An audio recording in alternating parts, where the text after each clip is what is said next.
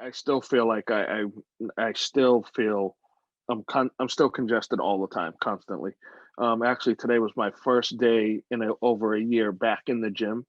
I got up this morning at like 8 and went into a gym for the first time. The anxiety piece of it was probably worse than the physical piece of it for me, because I haven't really been in a situation where I've been around that many people, congregate situations, other than going to the store to get groceries and stuff like that. Early on, probably beginning of January, I had to go into the store a couple times, and I literally had to turn around and leave because psychologically it felt like a petri dish of COVID to me.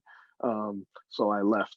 But I still feel like I know I have a lot of work to do in rebuilding my respiratory system and all of that. I still don't feel strong at all.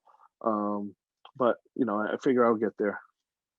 It's made me draw closer to my family and really kind of focus on that, talk touch bases with my friends and see how they're doing. But also it just kind of made me aware that like even some of the healthiest people that you think that a lot of the ones that I know, they were like, I still haven't recovered from my breathing is still labored. And I think that's the biggest thing that some people who have recovered from COVID is that they still are not breathing at before they had contracted COVID. And so, that does make me a little bit cautious. Like, yes, I consider myself to be a healthy person, but that doesn't mean that I won't have long-term effects if I were to have COVID. Well, it sort of hit home very quickly. If I didn't take the disease as seriously initially, once it hit home, we did. And there's not a time now that we'll leave the house without a mask.